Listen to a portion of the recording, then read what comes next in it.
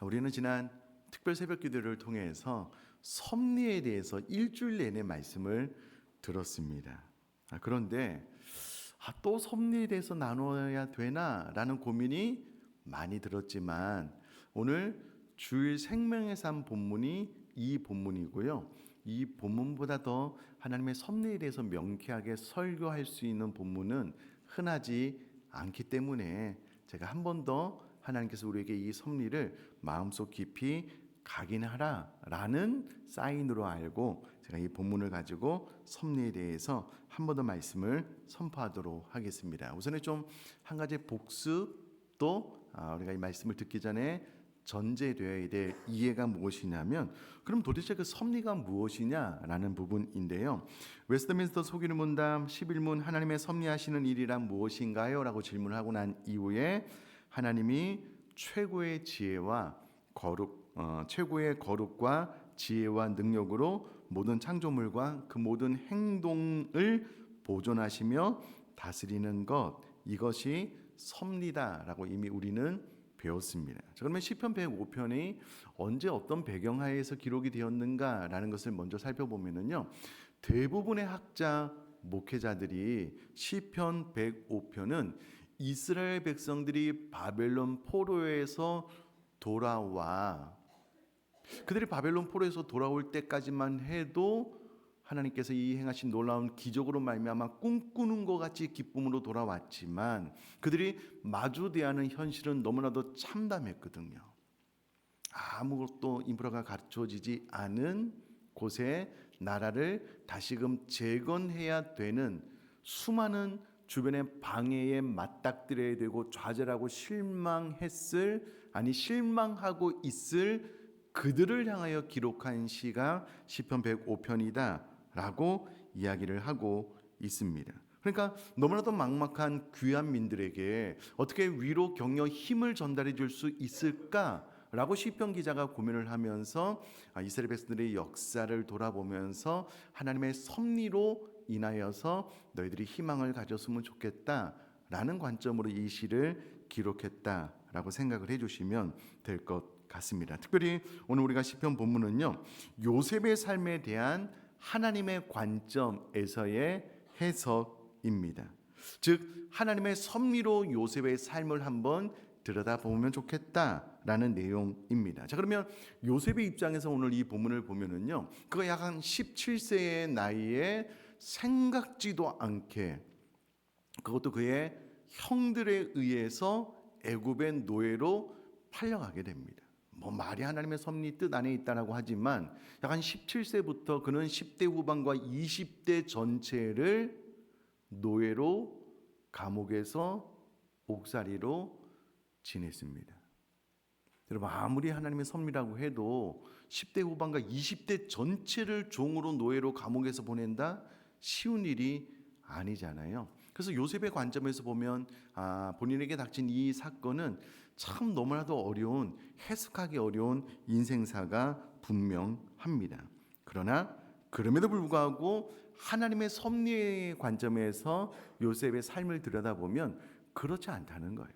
그러니까 지금 이스라엘 백성들이 바벨론 포로에서 돌아와서 참 현장의 삶은 너무나도 참담하지만 하나님의 섭리를 이해하고 나서 현재의 삶을 바라보면 힘과 격려를 받을 수 있기 때문에 굳이 이 시편 기자는 요셉의 삶을 하나님의 관점에서 이야기를 해주고 있다라는 것입니다. 자, 이 본문을 통해서요, 하나님께서 바로 오늘 우리들이 사랑하는 성도님들이 각 개개인의 삶을 바라보고 해석하는 관점이 인간적인 시선이 아니라 하나님께서 내 삶을 다스리고 통치한다라는 섭리의 관점으로 바라볼 수 있는 안목이, 영적인 시선이 열려질 수 있기를 제가 주님의 이름으로 축복합니다. 그럼 그렇게만 될 수 있으면은요, 우리들의 삶의 새로운 해석, 새로운 관점을 갖게 되므로 이전에 상상하지도 못한 정말 하나님 안에서의 평강, 또 소망, 희망을 가질 수 있게 될 것입니다. 자, 그러면 본문의 내용을 한 절 한 절 좀 살펴볼 텐데요. 16절 앞부분에 보면 이렇게 기록이 되어져 있습니다.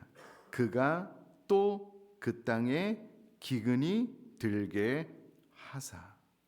그럼 이 짧은 한 구절은 하나님께서 이스라엘 백성들을 이제 애굽으로 이끌어서 애굽에서 큰 민족을 이루기 위한 이미 하나님의 계획을 실현하는 과정 가운데 하나님은 기근을 사용하셨다라고 이야기를 해주고 있습니다. 그러니까 이와 같은 사건 기근이 일어난 그 뒤 배경에는 그가 하나님이 여호와가 그 땅에 기근이 들게 하셨다라는 분명한 설명으로 인하여 이 기근은 자연적으로 생긴 것이 아니다.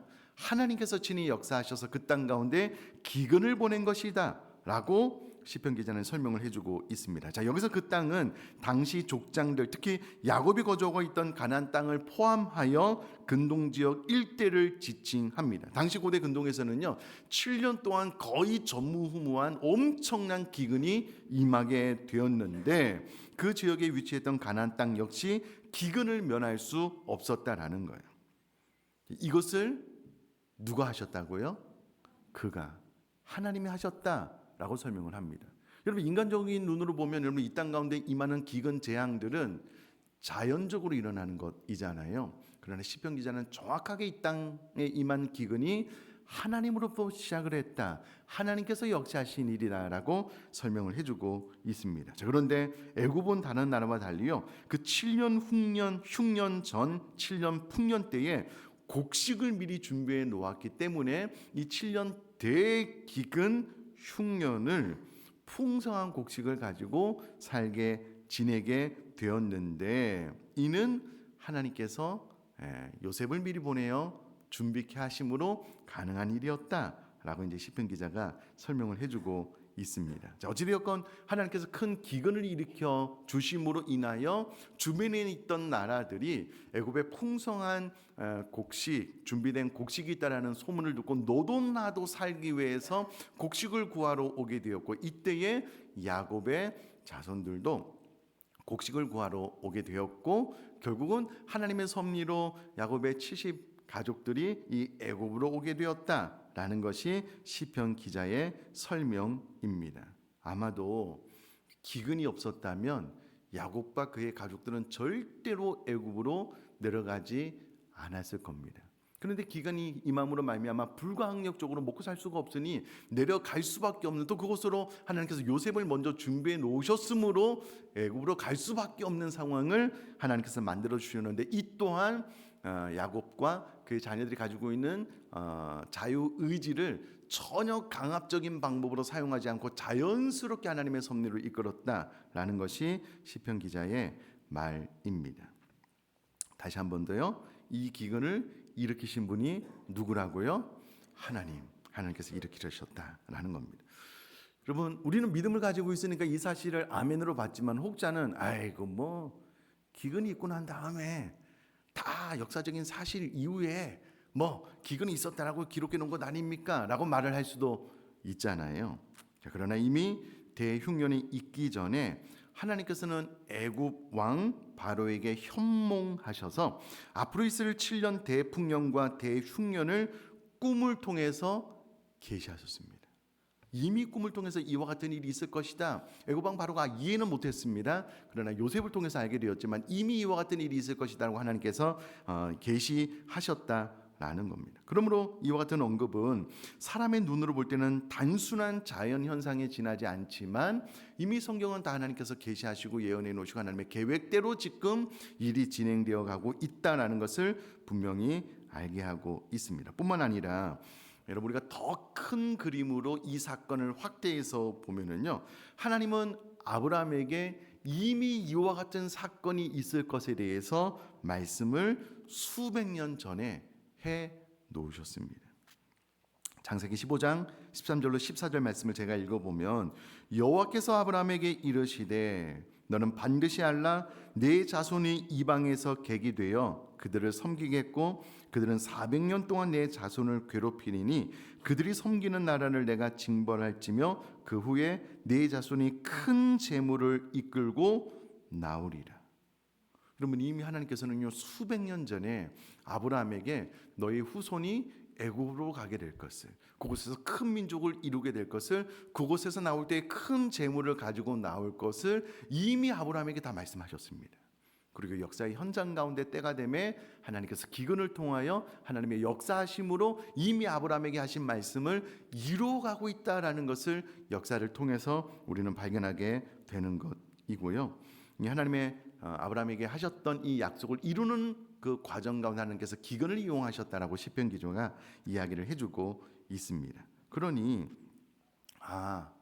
기근조차도 하나님의 다스림과 통치에 순종하는 것이구나 라는 것을 알 수가 있고, 역시 하나님의 섭리는 사람의 자유의지를 꺾지 않고 강압적인 방법으로 사용하지 않으면서도 자연스럽게 하나님의 뜻을 이루어가고 있구나라는 것을 본문 말씀을 통해서 우리는 알 수가 있습니다. 계속해서 16절 중간절 이후에 보면은요, 그들이 의지하고 있는 양식을 다 끊으셨도다 라고 기록이 되어져 있습니다. 원어로 직역을 해보면은요, 그가 식량의 막대기를 모두 부숴버리셨다라는 뜻을 가지고 있습니다. 여러분, 육체를 가지고 있는 사람에게는요, 양식이 없으면 살아갈 수 없잖아요. 마치 나그네들은 지팡이가 없으면 또 오랜 여행을 감당할 수가 없는데 그 지팡이를 꺾어버리는 것처럼 우리 사람이 의지하는 식량을 다 끊어버리시는 방법을 통하여 하나님은 야곱의 가족들을 애굽으로 이끌었다라고 이야기를 하고 있습니다. 자, 이러한 본문은 다시 한번 말씀드리지만 기근이 하나님의 주권하에 일어난 것이다 라는 것을 이야기해주고 있고요. 이스라엘이 기근으로 인해 어쩔 수 없이 애굽에 내려가게 된 것이 사실은 하나님의 놀라운 섭리에 의한 것이다 라는 것을 이 짧은 한 구절을 통해서 시편 기자가 말을 해주고 있고요. 우리가 이것을 인간적인 눈으로 볼 때는 그냥 이 땅 가운데 참 사람이 감당하기 어려운 기근이 임했지만, 그러나 큰 그림 안에서는 이미 하나님은 수백 년 전에 예언해 놓으신 예언을 기근을 통하여 이루어가고 있다라는 것을 이제 요셉의 인생이 아닌 하나님의 섭리의 관점에서 지금 확대해서 이 시편 기자는 말을 해주고 있다라는 것입니다. 이어서 105편 17절 앞부분을 제가 읽어보면은요, 그가 한 사람을 앞서 보내셨으며 라고 기록을 하고 있습니다. 그럼 기근이 임하면, 준비가 안 되면 다 죽을 수밖에 없잖아요. 그래서 하나님께서 기근을 일으키기 전에 한 사람을 앞서 보냈다라고 이야기를 하고 있고요. 그 앞서 보낸 사람이 누구일까요? 요셉입니다. 요셉을 앞서 보냈다라고 이야기를 하고 있습니다. 그러니까 하나님께서는요, 기근이 일어나기 십수년 전에 이미 그 기근이 그 땅 가운데 임하게 될 것을 알고 요셉을 앞서 보냈다라고 기록을 하고 있습니다. 자, 그런데 여러분, 이 본문을 직역을 해보면 원어가 그가 그들 앞서 한 남자를 보내셨다라는 의미를 가지고 있습니다. 다시요, 그가 그들 앞서 한 남자를 보내셨다. 그가는 누구일까요?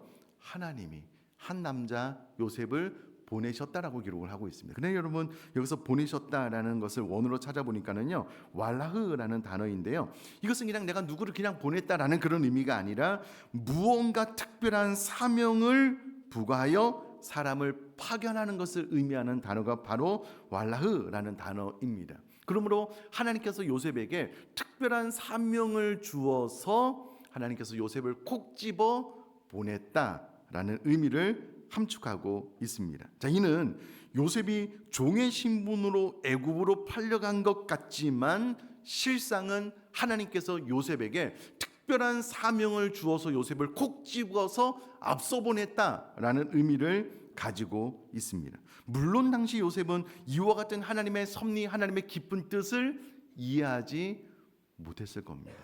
그러니 그 마음속에 어떻게 형들이 나를 팔아? 인신매매, 그런 좌절, 낙심, 실망을 했을 것입니다. 외형적으로 볼 때는, 역사적 현상적으로 볼 때는 요셉이 애굽으로 가게 된 것은 아버지 야곱의 편애로 인한 형들의 불편한 심기를 요셉이 늘 건드렸기 때문에 그의 형들에 의해서 팔려가는 모양새이지만, 그러나 원어로 보면 특별히 명확하게 하나님께서 요셉을 콕 집어 사명감을 주고 그를 특사로 먼저 보냈다라는 의미를 갖고 있다라는 것입니다.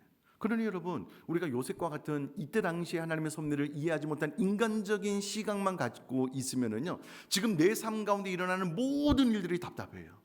이해가 안 되는 거예요. 왜 내 인생 가운데 이와 같은 일이 발생해야 되는가? 안타깝지요.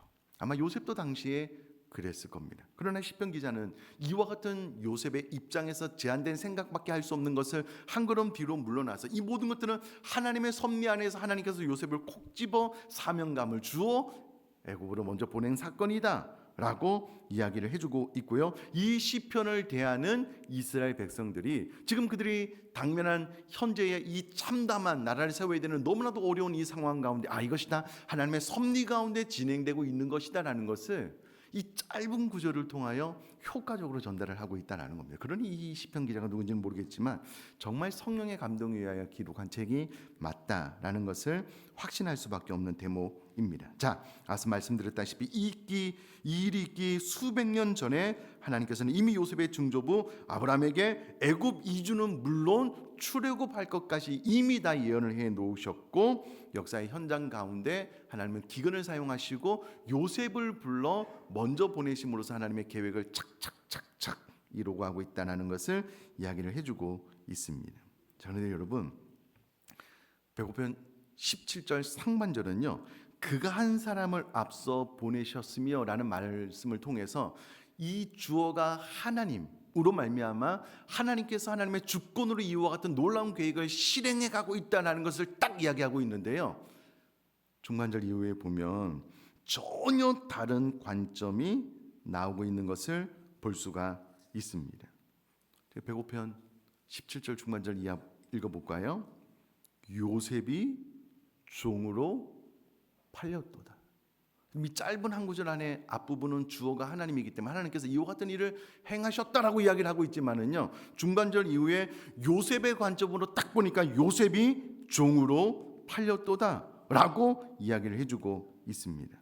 그럼 여기서 종으로 라는 표현과 더불어서 팔렸도다라는 것을 객관적인 표현으로 딱 보면은요, 요셉이 그야말로 은전 20의 애굽의 노예로 팔려갔습니다. 이는 사람 취급을 받지 못하고 노예, 짐승처럼 팔려갔다, 물건 취급을 당했다라는 것을 의미합니다. 요셉의 관점에서 보면은요, 진짜 자기 자신은 종으로 팔려간 것 그 이상도 이하도 아닌 겁니다. 그것도 은 20에 물건 취급을 당하여서 팔려가게 된 것이거든요. 너무 답답하고 안타까운 일이지요. 그러니까 참 너무 놀랍지 않습니까?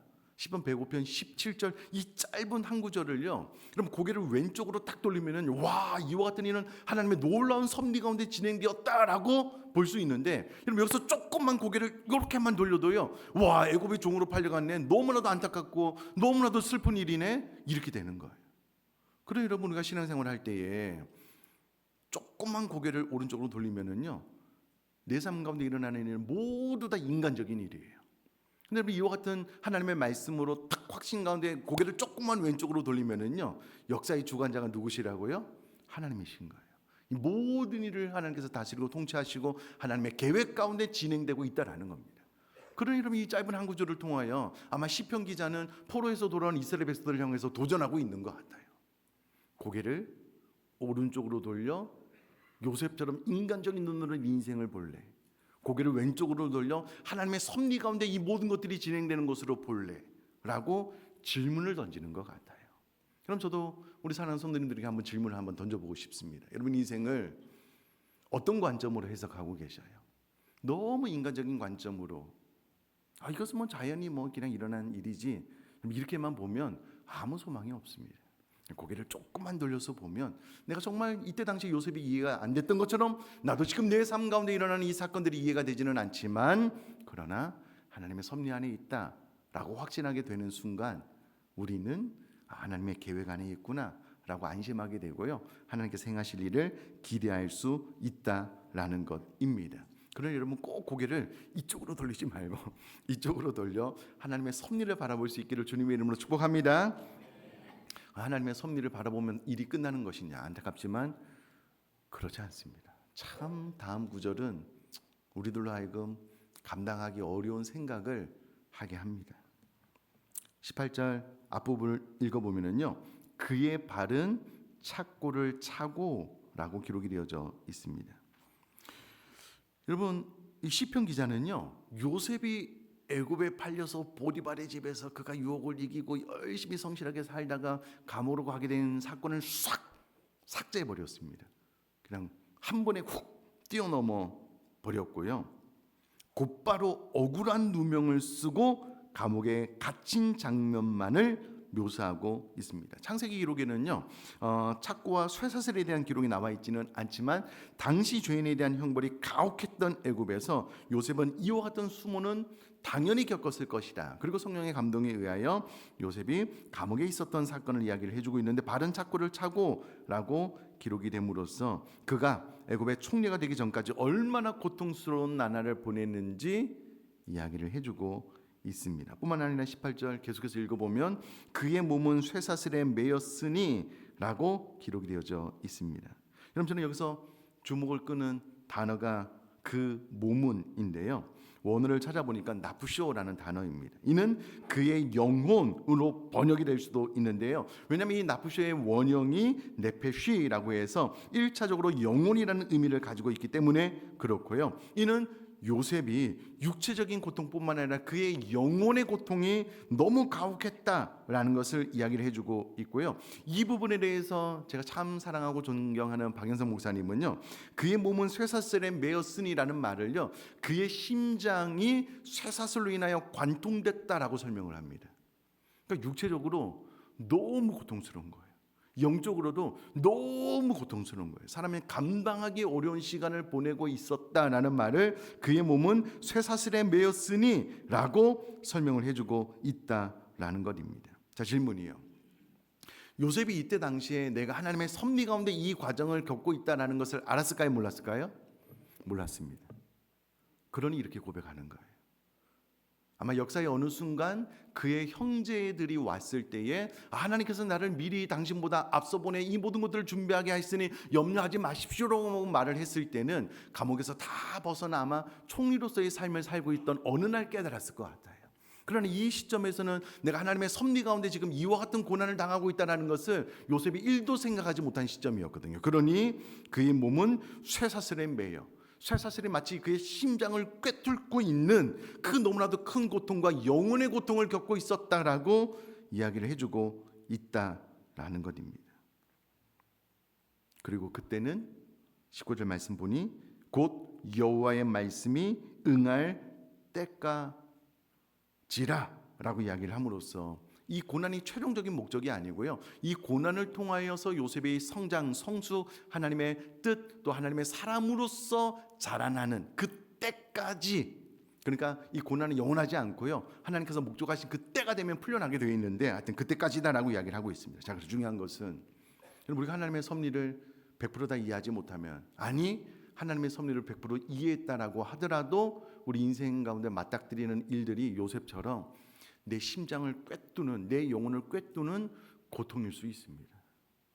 이게 참 사람으로서는 좀 이해하기 어려운 안타까운 일이기도 하고요, 정말 눈물로 기도하지만 우리 성도님들에게 일어나는 일이기도 합니다. 가만 생각해도 그 영혼이, 그 육체가 쇠사슬을 꿰뚫고 있는 듯한 고통을 계속적으로 지속적으로 느끼는 거예요. 그러나 우리가 이 말씀을 통하여 소망을 얻는 것은 여호와의 말씀이 응할 때까지, 그 모든 것들은 때가 있다는 거예요. 때가 되면 또 하나님께서 다음 단계로 우리를 이끄실 겁니다. 그러나 우리 사람은 그때가 언제인지는 잘 알지를 못해요. 다만 바라기는 하나님의 섭리를 요셉이 좀 더 빨리 알았다면 아마 고통스럽기는 했을 거예요. 그러나 그 고통을 이겨나갈 수 있는 하나님의 섭리 안에서 하나님께서 나를 지금 준비시키고 내가 이 과정을 겪어야지만 우리 가족들을 살릴 수 있고 우리 민족이 이 땅 가운데 아브라함에게 약속하셨던 것처럼 큰 민족을 이루어 그 많은 보물을 얻고 나갈 수 있으니 내가 하나님의 섭리 가운데 인해해야지, 이렇게는 생각했을 거예요. 그러나 섭리를 이해하지 못했기 때문에 요셉은 더 고통스러운 나날을 보냈을 텐데, 그래서 섭리를 이해하는 것이 중요합니다. 우리가 하나님의 섭리를 신실하게 믿고 또 신뢰할 수만 있다면, 사랑하는 성도님들, 현재에 당면한 우리들의 모든 많은 고통 고난들은 그래도 이 하나님의 섭리 안에서 이겨나갈 힘, 근거를 얻게 된다라는 것입니다. 자, 그의 말씀이 그를 단련하였도다. 본문을 직역하면 여호와의 말씀이 그를 재련하였다라는 것이 됩니다. 여러분, 단련하다라는 원어적인 의미는요, 우리 사람이 이렇게 반복적인 훈련을 통하여 뭔가 힘을 얻었다, 그런 의미가 아닙니다. 금속 물질을 함유하고 있는 광석을 뜨거운 용광로에 넣어 재련하여 순도 높은 금속을 뽑아낸다는 의미를 나타내는 단어가 바로 단련하다라는 단어입니다. 여러분, 반복적인 훈련을 통해서 뭐 이렇게 근육은 좀 자라나겠지만은요, 우리 하나님의 사람으로서 더 성숙으로 가기 위해서는 반드시 우리 모두가 다 용광로에 들어가서 정금같이 나오는 과정이 필요합니다. 필요해요. 안타깝지만 그럼 이와 같은 고통 고난을 통과해야지만 더 성숙으로 나아갈 수 있는 것이 또 사실인 거예요. 제가 신방하면서 그런 말씀드립니다. 우리 부모님은 우리 자녀들이 아무 인생에 어려움 없이 편안하게 그냥 그 인생을 살기를 원하지만, 그러나 우리 사랑하는 자녀들도 그의 인생 가운데 정말 사람이 감당하기 어려운 고통을 겪어야지만, 그 고통을 통과해야지만 그 마음이 단단해진다고. 우리 자녀들이 쉬운 길로 가면서 그의 마음이 단단해질 수는 없는 거라고. 그렇습니다. 우리 신앙도 그렇습니다. 우리 인생 가운데 참 감당하기 어려운 시간들을 통과해야지만 우리 영혼이 단단해지기 때문에 또 이와 같은 일도 우리도 맞닥뜨릴 수 있다는 것을 겸허히 인정해야 될 것 같습니다. 그러나 우리가 기억할 것은, 비록 하나님의 섭리를 우리가 다 이해할 수 없다라고 하더라도 인내하는 가운데 하나님의 선하심을 바라보며 내가 하나님의 섭리 가운데 있다는 것을 바라본다면, 때가 차면 고난과 연단은 지나가고 하나님의 백성들은 더욱 성숙과 성화로 나아가게 된다라는 겁니다. 이 사실을 확신하면서 현재의 고난을 하나님의 섭리로 이겨갔으면 좋겠다. 이것이 시편 기자가 바벨론 포로에서 돌아와 황폐한 그 땅을 바라보며 허망해하고 있는 이들을 향한 메시지라는 것입니다. 자, 우리가 분명히 알고 넘어갔으면 좋겠다 싶은 것이 무엇이냐면요, 사랑하는 성도님들, 하나님은 아브라함에게 저 하늘에 빛나는 별처럼 바다의 모래알처럼 많은 후손을 너에게 주겠다라고 약속하셨습니다. 그러나 아브라함이 그 하나님의 섭리를, 또 하나님의 일하심을 신뢰하지 못하고 두 번이나 그의 아내를 누이로 속임으로써 하나님의 약속이 실패할 수 있는 가능성을 열어놓은 거예요. 그러나 여러분, 아브라함의 실수, 아브라함의 믿음 없음에 상관없이 하나님은 아브라함에게 하셨던 약속을 이루셨습니다. 그러나 여러분, 우리들의 믿음 없음과 우리들의 실수에도 불구하고 하나님은 하나님의 놀라운 섭리를 우리들의 삶 가운데 이뤄 가실 줄 믿습니다. 여러분, 요셉의 이유와 상관없이, 우리들의 부족과 상관없이 하나님은 하나님의 섭리로 우리를 이끌어 가시는 능력이 부족하지 않으신 분인 줄 믿습니다. 그러면 여러분, 온 천하 만물을 다 다스리고 통치하시는 하나님 아버지께서 기근도 사용하시고 요나에게는 큰 물고기를 사용하시고 별의별 것들을 다 사용하셔서 하나님은 하나님의 뜻을 우리들의 삶 가운데 이루어 가신다라는 겁니다. 혹 지금은 저 우리 사랑하는 성도님들 삶 가운데 일어난 일들이 이해가 안 되지만 하나님의 섭리 가운데, 하나님의 선하신 뜻 가운데 진행되고 있는 거야 라는 것을 알 수만 있다면, 믿을 수만 있다면, 요셉처럼 죽을 것 같지만 그러나 내가 인내한다면 결국 하나님의 선하신 뜻이 이루어진다라는 것을 신뢰할 수만 있다면, 하나님으로 인해 더욱더 안정된 삶을 살아갈 뿐만 아니라 하나님의 섭리에 대한 확신으로, 마치 요셉이 다 이해하지는 못했지만 하나님의 사명을 이루었던 것처럼 우리들의 삶 가운데 하나님께서 우리에게 주신 사명도 결국은 이루어내게 될 것을 믿습니다. 이제 우리가 여러분 이 시편을 맞닥뜨리고 있는 이스라엘 백성이라고 생각을 하면, 여러분 포로기에서 돌아올 때는 막 꿈꾸는 것 같이 너무 좋았어요. 와, 하나님 함께 하심에 대해서 막 박수치며 찬양하며 난리도 아니었을 겁니다. 막상 본향 고향으로 돌아와서 그 현실을 마주대했을 때는 너무나도 큰 좌절과 낙심이 있는 거예요. 이곳에서 어떻게 나라를 세운단 말인가, 아무것도 없는 곳에서.